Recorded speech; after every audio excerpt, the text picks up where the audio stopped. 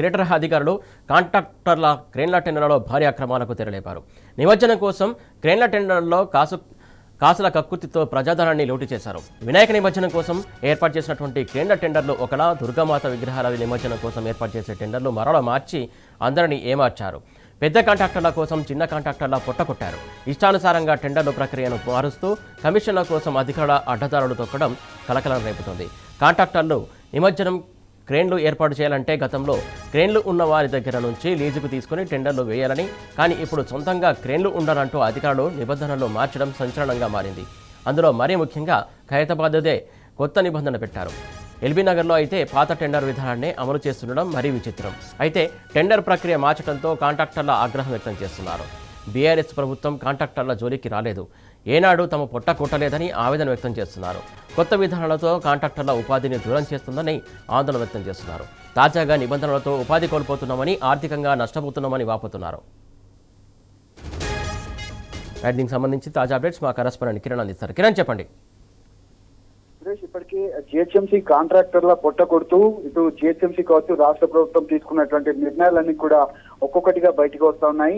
ఏదైతే క్రేన్లు ఏర్పాటు చేసేటువంటి క్రేన్లు ఏవైతే ఉంటాయో, మొన్న వినాయక నిమజ్జనానికి సంబంధించి క్రేన్లను ఏర్పాటు చేశారు. ఇప్పుడు దుర్గామాత విగ్రహాలకు సంబంధించినటువంటి క్రేన్లను కూడా ఏర్పాటు చేయాల్సి ఉంటుంది. ఇవి టెండర్ల ప్రక్రియ ఆధారంగానే ఏర్పడుతుంది. అయితే చిన్న కాంట్రాక్టర్లు క్రేన్లు ఉన్నటువంటి వాళ్ళ దగ్గర దాదాపు నెల కానీ 2 నెలలు కానీ లీజుకు తీసుకొని వాటిని టెండర్లు వేసి ట్యాంక్ బండ్ పైన కావచ్చు, ఇటు ఉన్నటువంటి సిటీలో ఎక్కడ పడితే అక్కడ పూర్తిగా ఈ క్రేన్లను కూడా ఏర్పాటు చేస్తూ ఉంటారు. అయితే ఇందులో 50% ఉన్నటువంటి క్రేన్లు ఏవైతే ఉన్నాయో ఖచ్చితంగా చిన్న కాంట్రాక్టర్లు వీటిని లీజ్ కు తీసుకోకుండా సొంతంగా ఉన్నటువంటి వాళ్ళు మాత్రమే టెండర్లు వేయాలంటూ అధికారులు తీసుకున్నటువంటి టెండర్ల ప్రక్రియ నిబంధనలో ఈ తాజాగా వెలుగులోకి వచ్చింది. పూర్తిగా ఈ గోల్మాల్ అంతా కూడా అధికారుల కాసుల కక్కుర్తికి ఆశపడి, పూర్తి స్థాయిలో కమిషన్లకు కక్కుర్తిపడి అధికారులు ఇష్టానుసారంగా ఈ నిబంధనలన్నీ కూడా మారుస్తా ఉన్నారు. ఈ నేపథ్యంలోనే పూర్తి స్థాయిలో చిన్న కాంట్రాక్టర్లను దెబ్బతీసే విధంగా, తమ పొట్ట కొట్టే విధంగా రాష్ట్ర ప్రభుత్వ తీరు కావచ్చు, జిహెచ్ఎంసీ అధికారుల తీరు ఉందంటూ కూడా దీనికి సంబంధించినటువంటి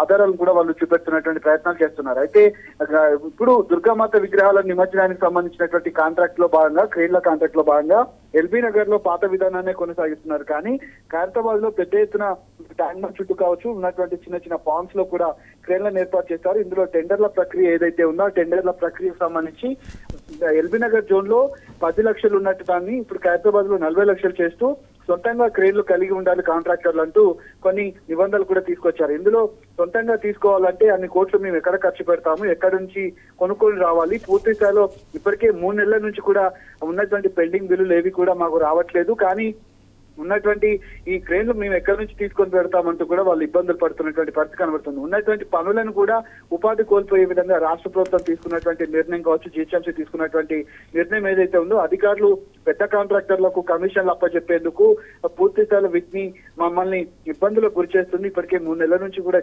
ఉన్నటువంటి పెండింగ్ బిల్లులు రావట్లేదు. అంతేకాకుండా ఈ పనులు కూడా ఉపాధి కోల్పోయే విధంగా రాష్ట్ర ప్రభుత్వం తీసుకున్నటువంటి నిర్ణయాన్ని వీళ్ళు వ్యతిరేకిస్తా ఉన్నారు. అంతేకాకుండా గత ప్రభుత్వం తమను ఏ విధంగా కూడా ఇబ్బంది పెట్టలేదు, తమ పొట్ట కొట్టేటువంటి ప్రయత్నం కూడా చేయలేదంటూ వాళ్ళు చెప్తున్నటువంటి నేపథ్యంలో కాంట్రాక్టర్ల జోలికి కూడా కనీసం రాలేదు గత ప్రభుత్వం. కానీ ఇప్పుడు ఉన్నటువంటి ప్రభుత్వం పెండింగ్ బిల్లులు ఇవ్వదు, కానీ ఇచ్చేటువంటి పనులన్నీ కూడా పూర్తిగా నిలిపివేస్తూ కొత్త నిబంధనలు తీసుకురావడంతో తమకు ఇబ్బందులు ఎదురవుతున్నాయంటూ కూడా వాళ్ళు ఆగ్రహం వ్యక్తం చేస్తున్నారు. దీనిపైన జిహెచ్ఎంసీ అధికారులు ఏ విధంగా స్పందిస్తున్నారని మాత్రం మనం వేచి చూడాలి. థాంక్యూ కిరణ్.